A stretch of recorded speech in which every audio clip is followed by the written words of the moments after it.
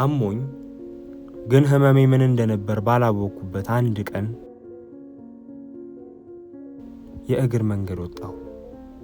ከዚያም የአምና የልብ ወዳጄን ከረጅም ዓመታት በኋላ በመንገዴ ሲያቋርጥ አገኘሁት። ያልሞተ ሰው ይገናኛል ብዬ ለሰላምታ እጄን በደስታ ብዘረጋለትም ዘንግቶኝ ነበር። የተጋራናቸውን የህይወት አጋጣሚዎች አንስቼ እንዲያስታውሰኝ ለማድረግ ክፉኛ ጣርኩ።